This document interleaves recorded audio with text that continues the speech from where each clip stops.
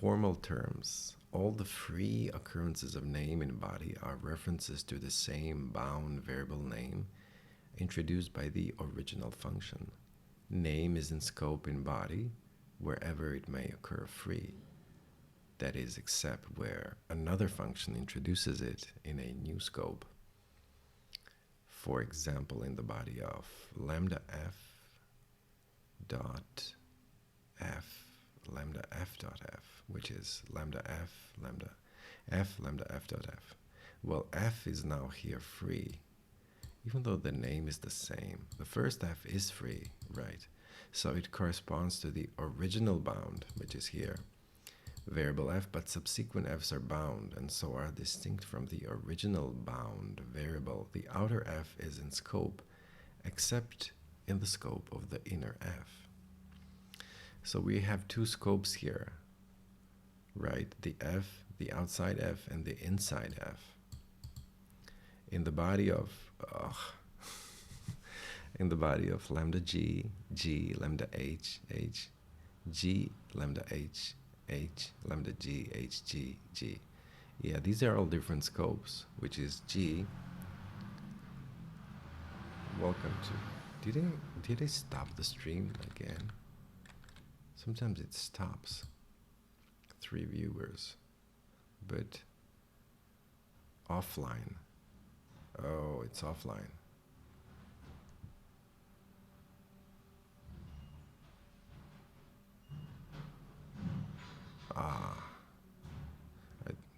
You're still on.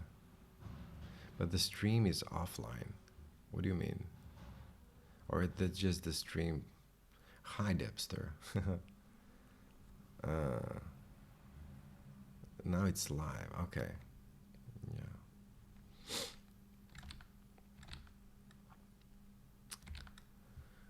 Hi.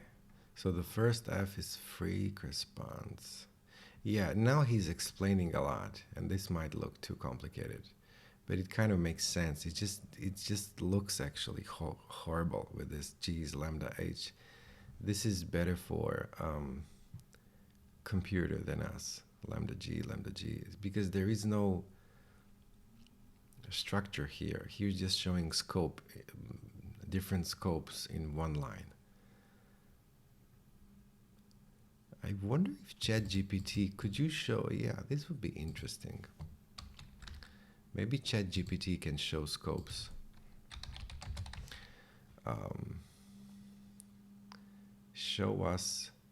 Show me scopes of this. Inline them correctly.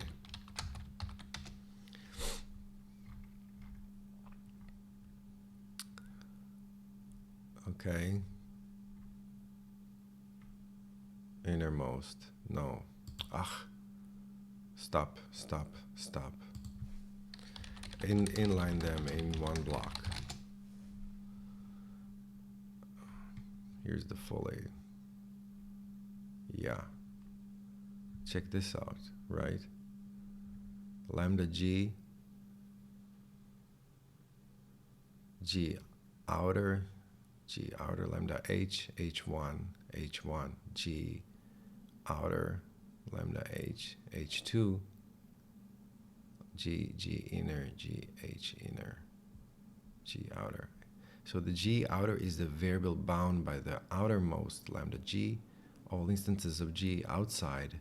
Oh, it's nice he even put this. All instances of g outside inner lambda g bindings refer to this. Right? Lambda g outer, lambda h1, and then again g outer, lambda h2, lambda g inner, lambda g. All right, because now if we have a lambda here, right? So that actually switches the scope, right? Because we have a lambda g. So all of these g's are binded with this, and only here inside we have inside because of a new lambda. And here we have a lambda h, h1, h2, and g inner. Okay. h1 is the variable introduced by the first lambda h, yes, and it's valid within its scope. h2 is the variable introduced by the second lambda h. G inner is the variable introduced by the innermost. Yeah.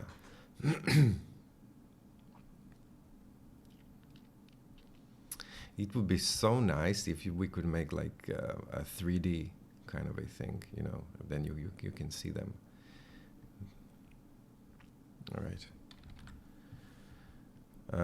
The first, the second, the last occurrences of G occur free, so they correspond to the outer bound G. The third and fourth G's are bound and so are distinct from the original G.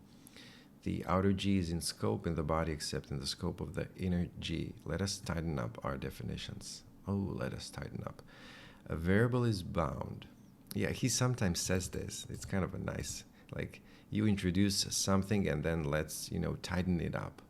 A variable is bound in an expression if. Right, a variable is bound in an expression, so not free. So he's saying, what's the bound one? The expression is an application. Okay. Oh, okay. Yes, of course. We have an application, so it's bound. And the variable is bound in function or argument. For example, convict is bound. That's nice. Convict dot convict fugitive. But fugitive is free. Oh, yes, because that's funny. Haha.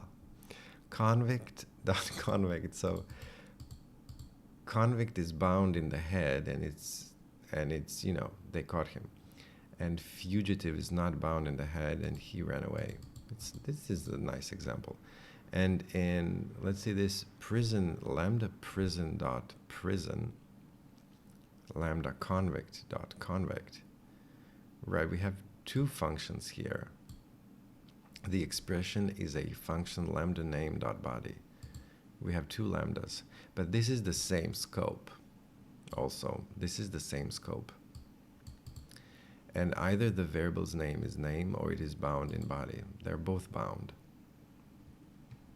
For example, prisoner is bound in, yes, prisoner is bound. Number 6 is not bound. But that's just, you know, number 6. I guess you could say if someone gives a number to you, a number is not bound. You are bound. And in prison, lambda prisoner, prisoner. Yeah, both are bound. Similarly, a variable is free in an expression if the expression is a single name. Right. If you just have a name. And the variable's name is name. For example, truant is free in truant. So it's the tricky thing. Sometimes we see a name like this and we think it's concrete, but this is also like a function, but it's a free function. I'm not sure if you are supposed to almost like visualize the identity function being everywhere, being applied to itself. So like you see truant, and yeah, that's interesting. The expression is an application, function, argument. Maybe chat knows this. I'm not sure. Could be. So in Lambda Calculus, when we have just a single name like X, are we supposed to like visualize invisible identity function along with it? It's a weird question, I guess. But when you encounter a single variable X, it is typically understood as a reference to a bound variable, not an implicit identity function. However, you can think of a certain structures in Lambda as implicitly suggesting identity-like behavior. A single variable is a reference. Yes, but what if we have no binding? Yes, but I mean, without the binding or the head. just the x.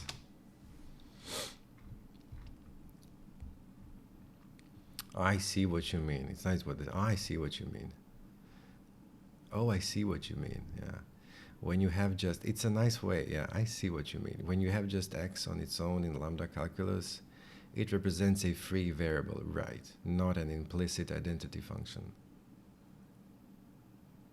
Yeah, however, let's explore why you might feel.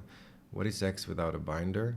An unbound x is a free variable. It has no meaning on its own, but serves as a placeholder for a value expression that might be substituted later. I guess you could say it's a name without, yes, it's a name without a definition. Just as we had make pair. Right, make pair is just same as x. There's no difference.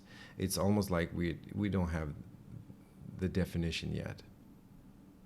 For example, in the, yes, but then then you could say the x, we can substitute it for any kind of definition. Right, yes. Right, yes, because you could substitute it for the identity. But no, that's not the same. You would have to apply the x to the identity. In the expression lambda y(x), the x is a free variable because it is not bound by a lambda. It's still not bound. And if you apply it, you get the x. I guess this is what I was. Identity-like behavior, not exactly. X on its own does not imply a specific operation. Okay, this is not implicitly treat identity function. No, we cannot. If you want to see an implicit identity, you're effectively imagining a conceptual framework. Yeah, okay, makes sense. In the expression, right? Truant is free in truant. The expression is an application function argument, right? And the variable is free in function or in argument. For example, escaper is free in prisoner, prisoner, escaper. Yeah. That's just the example, like lambda y dot y and x. That's the same thing. And in escaper, jailer, escaper is also, yes, so a function, well, it could be free. It's funny, like you almost, like when you see it here on the right, you say it's a free variable, but when you see it on the left, you almost feel like, okay, it's a free function. No, it's not a free function, because the function application, right, goes from left to right.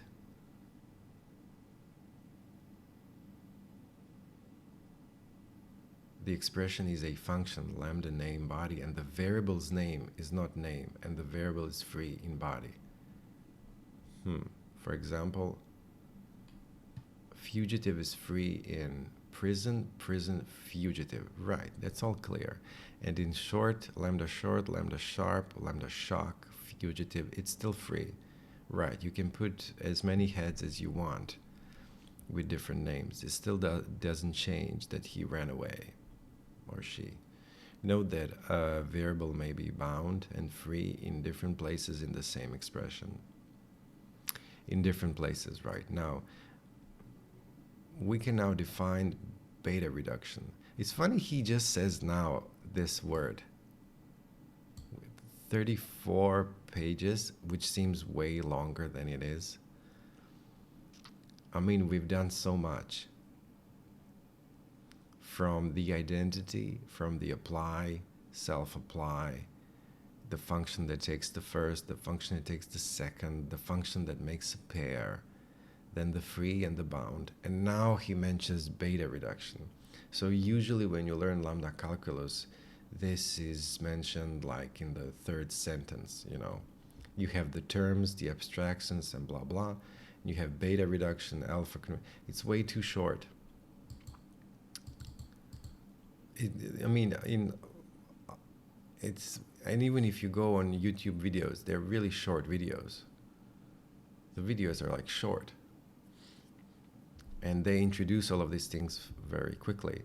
But again, and I already said this like a couple of times, but he's actually using Lambda Calculus to program, to kind of teach programming, which is cool. For me, this works much better. Even though it's very slow, but it's somehow you don't lose something. It's slow, but you understand things. Yeah. We can now define beta reduction more formally. In general, for the beta reduction, so beta reduction is what we've been doing so far. It's not like it's something new. So we were substituting. I think let's see what I think he's going to say, like substituting name for the definition. Or is it substituting name for the argument? Right, when we would remove the lambda head, and we would have a bound something in the body, and we would apply it to something, and then the argument would go inside of the body, and we would remove the head. That's what I think he means by beta reduction. And we've been doing so far. Okay, I'll stop. We replace all free occurrences of name in body with arguments. Right, that's what I just said, right? This ensures that only those occurrences of name which actually correspond to the bound variable are replaced. Right. For example, in lambda f, lambda f dot f, lambda s dot ss, lambda f, FFFSSS. It's funny. You could say this is, no, it's not the same. The first occurrence of f in the body, lambda f dot f, is free. Yeah, this is free. Is this free? It's free, so it gets replaced. Right, we are applying this thing, lambda s dot ss. We're applying this thing to this. So, I guess the wording is weird. He's saying it's free, so it gets replaced. Because we have this and this. I would say it's bound, and you replace what's bound. What does he mean? Right? And you take this, you put it here, and you remove the head, which means you get... Oh no, that's wrong. I'm doing it wrong. Because if you were... Yes, the rule goes, right. You replace the argument with the bound thing in the body. But we have here f and here f. We would have to substitute this here, here, and here, which is wrong. We wouldn't, substitute it in 3 places.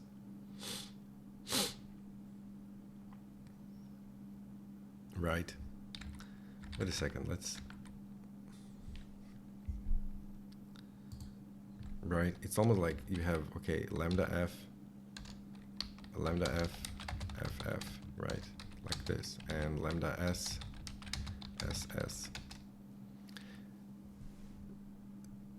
So, this lambda s dot ss, we remove the head and we substitute it here and here because we have 2 f's. They are bound.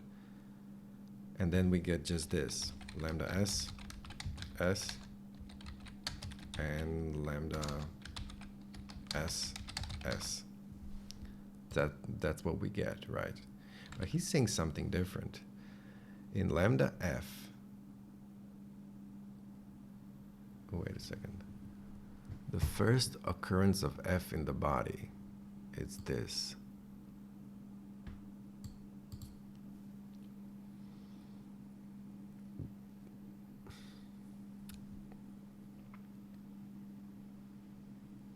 Is free, so it gets replaced. What is he doing then? He replaces...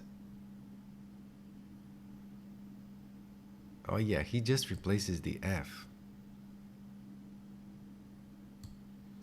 Right, he just replaces the f.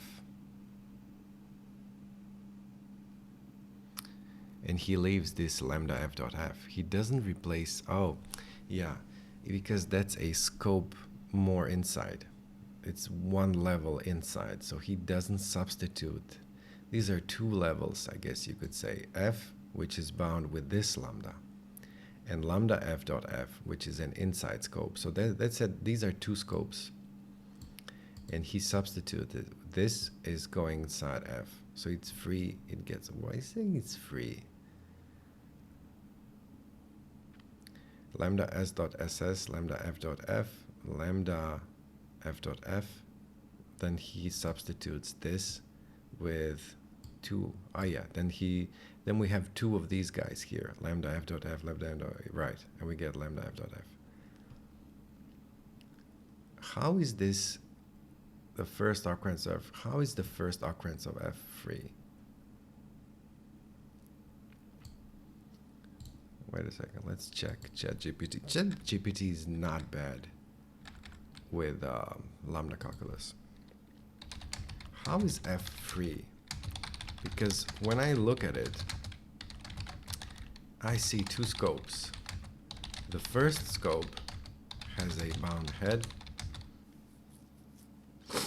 with lambda f, and then there is f, and then a new scope of lambda f dot f. But it seems I am mistaken.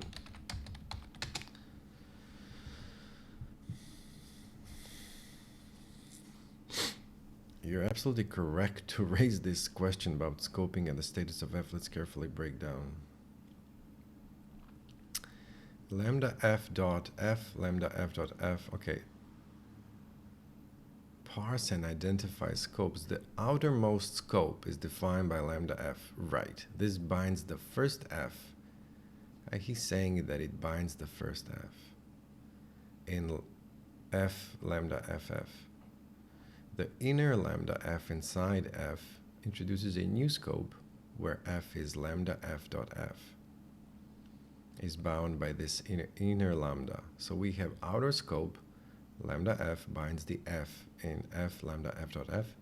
Inner scope, lambda f binds the f in the body of the inner lambda. That's what I thought. Now let's analyze the occurrences of f. The first f in f lambda f dot f refers to the outer f as it is not bound within the inner lambda f dot f.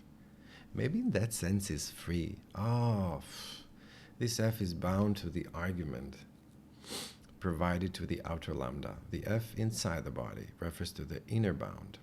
Substitution. We apply the argument to the outermost lambda. Oh, he did it differently. Look at this. Lambda s dot ss lambda f dot f. What did he do? He substituted the f.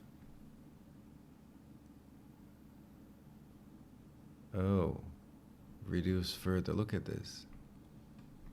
But we still get the same thing. Interesting. Wait a second. The first f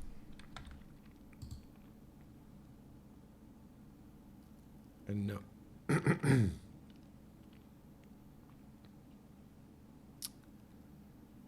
And no, he did the same thing. But why is it called free? He's just calling it free here in the book. Is free, so it gets replaced. This is the confusing line that gets me. Reduce further. Yeah. Key insights. Inner free. There are no free variables in the final term. Intuition. Yes, but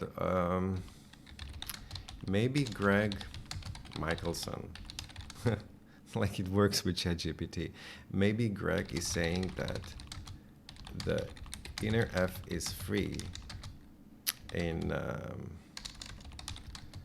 when we just look at the inner expression. So it is bound by the outer f. But when we look at f, lambda f dot f, it seems it is free.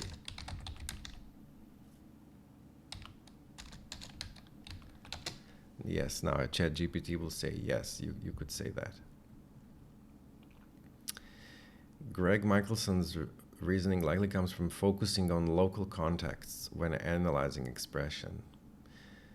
Distinction between local context, partial expression, partial application. You know, it's funny, local context and partial application. This is, I know in Haskell you can do like partial application. I wonder, this has to do with either outer and inner scopes and full scopes. Local context can temporarily make variables free. Okay. When analyzing sub-expression in isolation, variables can appear free within that smaller context, even though they are bound in the larger expression. This distinction can explain why the f might be considered free. Two perspectives. I guess you could say, yeah, there are two perspectives at play. It's just interesting that he says this here. Example, in the first occurrence of f in the body, f lambda f dot f is free. This has to do with the zooming thing that I said. So he zoomed in and he said f is free. Well, I would be saying, yeah, it's bound with the zoomed out, level. I guess when you go level deep, you can say it's free within that level, within that scope. Okay. It is free compared to this scope. Yes. I get it now. This f is bound, but it has nothing to do with this f. Yes, it's in outer scope, but it's free compared to this scope.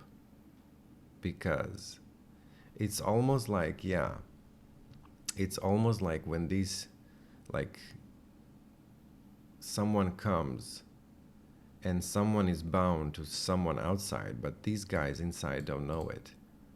And they're like, say, okay, this f is free. We cannot, substitute it. We cannot. Although we are named the same, this is a different family, right? It's almost like, yeah, this is a family, and someone is named John. And this guy is named John, but he doesn't belong in the scope. He's outside of that scope. He's free, or just, a different John. He's bound with this head. And why did we substitute? Why did we substitute? Yeah, we substituted this inside of f. Yeah, I think I was confused because I was expecting a dot here. I would always have a dot here, and then lambda s dot ss, like, yeah. And this would actually, this is the same scope as this f.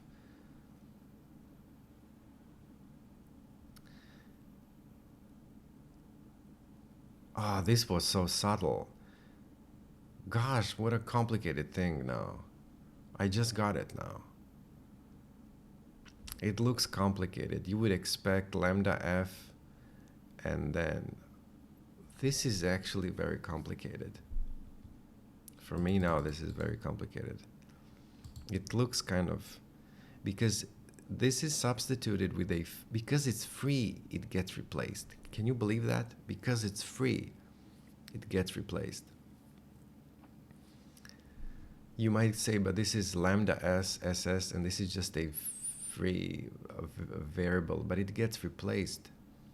It belongs to this scope, so it can get replaced. And you remove the head. Right, we did remove the head. So we are applying this whole thing to this whole thing.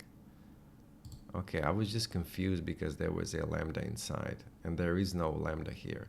What a tricky, can you show the inline, outline, I don't know, scopes? What a tricky example. Again, show it in one block.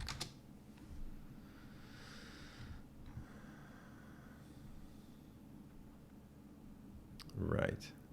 Lambda f outer. Okay. There is a free variable that refers to this. And then lambda f inner. Lambda s.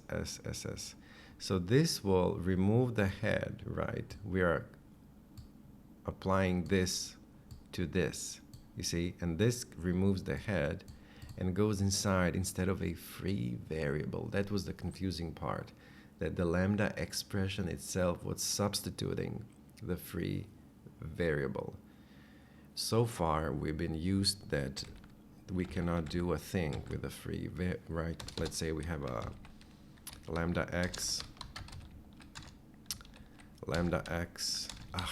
xy, right? And you see, it's like we cannot do anything with the y. So far, we had just that kind of basic example, and I said, oh, that's free or unbound. So it means you cannot do a thing with it, right? But here we actually substituted it for something that's, you know, inside, has a scope. So we substituted the free with the scope. Yeah. I've been like talking about this so long. Amazing.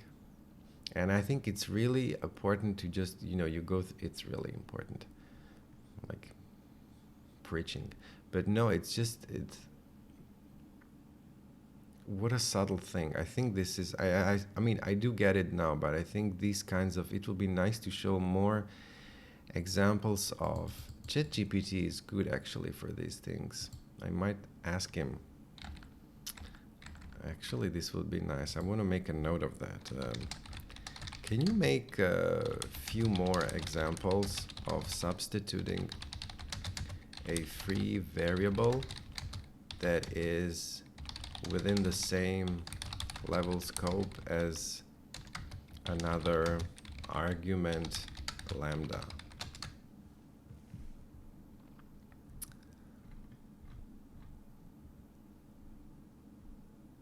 Let's walk through a few examples of substituting a free variable in the same level scope as another lambda argument.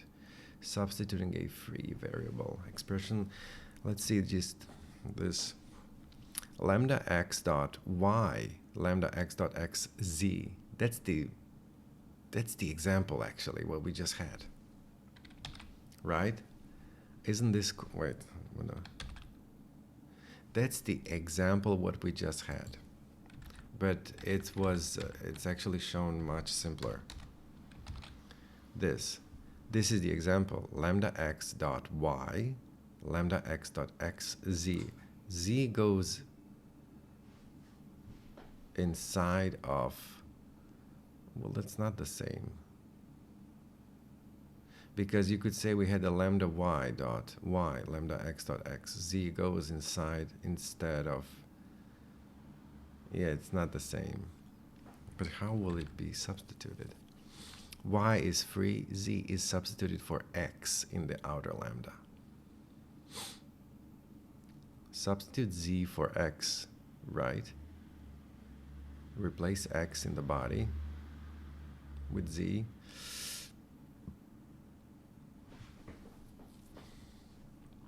Note that the inner x and lambda x dot x is bound by the inner lambda. No, this is not the example. Let's maybe this substitution with overlapping bindings. Lambda x dot x, yes.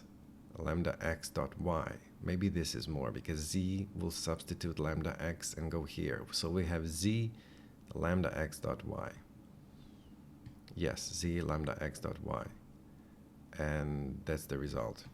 That's kind of what we had here. Nested free variables. Multiple lambdas with a free. Yeah, this is now a lot. Okay, I think it's enough with this example. I will probably have to come back to it, you know. So the first occurrence of f in the body is free. Now this makes sense. So it gets replaced. FF, okay. In subsequent examples, we will use distinct bound variables. Yes, that's what I read somewhere else also. That's why you use distinct, yeah, because otherwise it gets too complicated, you know. For what reason, right? So we will use distinct, well, not the same name. Otherwise, it just takes too long, and you're just doing it's not for humans, you know. Name clashes. It's funny. I was looking at the SKI, ISK combinators, and you basically have a combinator machine you could have that would compile to machine code. So you could encode every computation just with three things: identity, the K combinator, and the S combinator. So far, we've learned the I and the K combinator. The K was the function that takes the first or the second argument. So you almost like you have a language that compiles to the Lambda Calculus that compiles to the SKI. And that was actually the Miranda language that Haskell is based on. Compiles to SKI. But I don't know much about that. That's not really. But it's kind of interesting. It's actually another form of computation, which is equivalent to Lambda Calculus. Name clashes and Lambda conversion. Okay, now he's talking about Lambda conversion, what we've been doing. We have restricted the use of names in expressions to the bodies of functions. Okay. This may be restated as the requirement that there be no free variables in a Lambda expression. Okay, without this restriction, names become objects in their own right. This eases data representation. Atomic objects may be represented directly as names and structured sequences of objects as nested applications using names. However, it also makes reduction much more complicated. For example, consider the function application function. The function application function. Def apply, yeah, func_arg. That's our old apply. Consider apply arg Boeing. Func_arg arg Boeing. Yeah, here arg is used both as a function-bound variable name and as a free variable name in the leftmost application. Yeah, that's complicated. These are two distinct uses. The bound variable will be replaced by beta reduction, but the free variable stays the same. However, if we carry out beta reduction literally, so if we kind of just do it without actually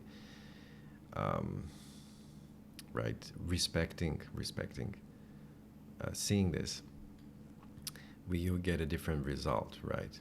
Func_arg arg Boeing, blah blah blah, which was not intended at all. You get a different result. The argument arg has been substituted in the scope of the bound arg and appears to create a new occurrence of that bound variable. We can avoid this using consistent renaming, right? So this is just about naming and renaming. Here we might replace the bound variable arg in the function with, say, arg1. Func_arg1 arg Boeing. arg1 Boeing. Arg Boeing. Now it's correct. A name clash arises when a beta reduction places an expression with a free variable in the scope of a bound variable with the same name as the free variable. Yes. So it's almost like you have an identity problem. Consistent renaming, which is known as lambda conversion. No, this is not lambda, sorry. Alpha conversion removes the name clash for a function. The alpha conversion we had before in lambda second, which was, he said, is the name is the identity. Lambda name1 body. The name name1 and all free occurrences of name1 in body may be replaced by a new name, name2, provided name2 is not the name of a free variable in lambda name 1 body. I think he's just saying here that if you have name 1 and name 1 in the body, and let's say we introduce an argument name 1, right, which is free. Now we have a clash. So you could then rename name 1 into, you know, whatever, a car, right? Let's say you have bind me, and then bind me X, right? But then we apply this to something, or I don't know how, and we have bind me, which is free. So you could basically change this to sumi, and then sumi, and it's kind of the same. It does not change because now you have the distinction between sumi and bind me, right? Because sumi is, we change the name and the body, and then it stays the same. That's what we had when we did lambda second. Second is equivalent to lambda x, right? That's the same. Okay. In subsequent examples, we will avoid name clashes, right? Simplification through eta reduction. Eta reduction, right? Consider an expression of the form lambda. Now he's talking here a bit more, I guess. Consider an expression of the form lambda name expression name. So this is kind of, is this like a pair function? Maybe it's like our pair function. This is a bit like the function application function, right? Lambda fa. This is a bit like function application function above. After application to a function expression only, this is equivalent to expression. Because the application of this expression to an arbitrary argument gives lambda name, expression name, argument.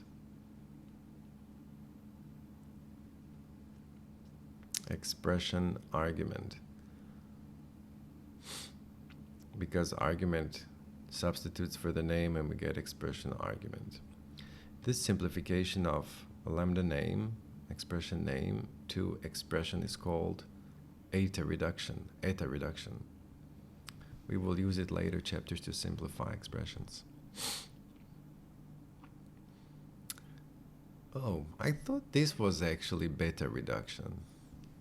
It's kind of, so what's the subtle difference?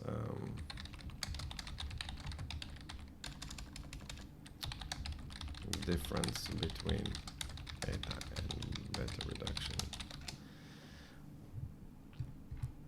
Curious about this. This is still not clear to me. The subtle difference between eta and beta reduction lies in what is being reduced and how it relates to function application and equivalence. So beta reduction is a process of applying a function to an argument by substituting the argument for the bound variable in the function body. Yeah. That's the beta reduction. That's what they write. Lambda x, some expression, and some argument. The beta reduction replaces all occurrences of x in E, right, with A, right. Lambda x dot x plus 1, 3. So 3 goes inside of x. Instead of the x, we remove the head, we get 3 plus 1, 4. But what's the eta reduction? It's the process of simplifying a function by removing an unnecessary lambda abstraction that merely applies to the input to another function. Oh yeah, that's the eta reduction.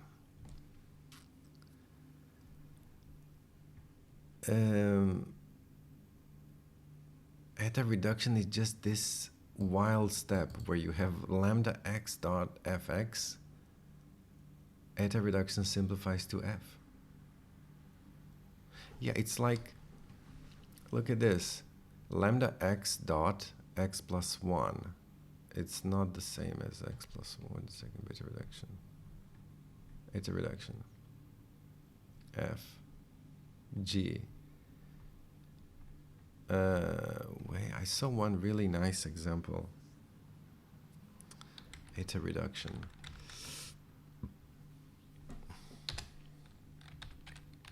Lambda x, fx is same as f, right?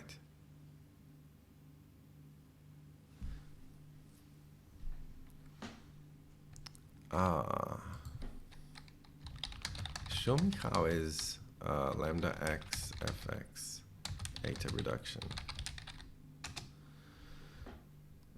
Now it's to understand why can be reduced to f, x is bound by the lambda x. Right, because then we can just simply ignore it.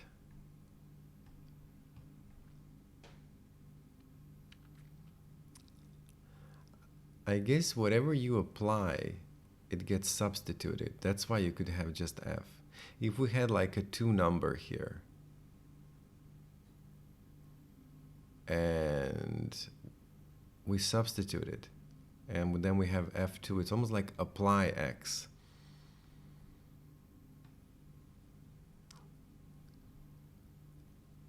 Reduction. Intuitive example. No, this is not intuitive. Lambda f, fx is equivalent to f. I mean, it's clear, but it's... I saw... I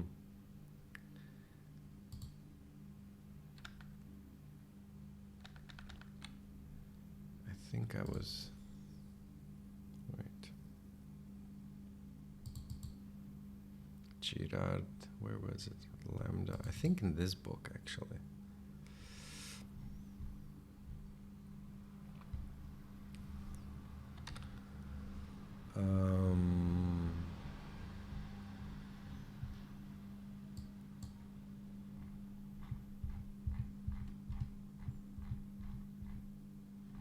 This book. It's also about Lambda Calculus, but it's a bit dry. I mean, dry. It's very, I don't get it, you know. It's not really about programming so much. It is, but it's just very fast. He just explains. But here is actually a nice example. Here also, this is also very nice how it came to being. Lambda x, x minus this thing. There is a need. Wait. I'm getting lost now a bit. Eta conversion.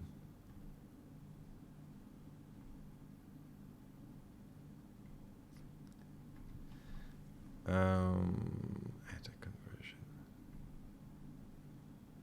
Abstraction application.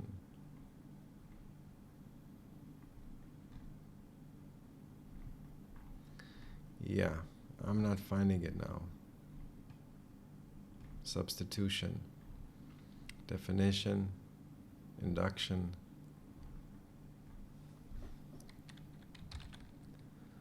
Eta.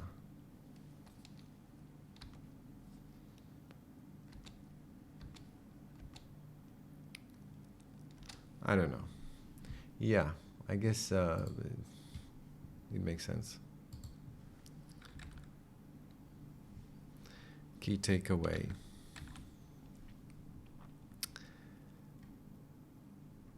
It's called eta reduction. We will use it in later chapters to simplify expressions. All right. Summary. In this chapter we have, wow, it's the end of the chapter. Considered abstractions and its role in Lambda Calculus as a language based on pure abstraction. Met the Lambda Calculus syntax and analyzed the structure. Okay. Met normal order beta reduction and reduced some simple expressions. Noting that not all reductions terminate.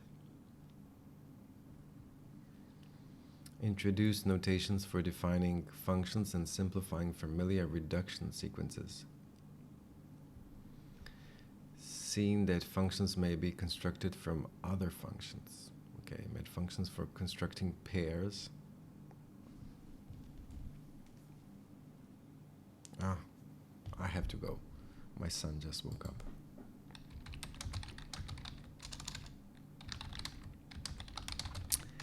Bye bye. Have a nice day.